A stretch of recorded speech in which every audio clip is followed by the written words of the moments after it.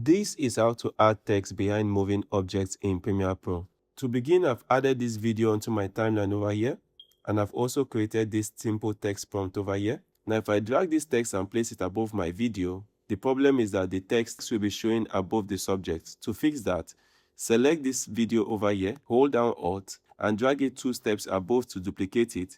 Select the video in Video Track Layer 2, and come over here and select this object mask tool and select the object you want to mask out. For me, I also want to mask out the mic over here. So what I'm going to do is to draw a line around the subject and also the mic over here and make sure it connects at the end. And as you can see, the lady and the mic has been perfectly masked.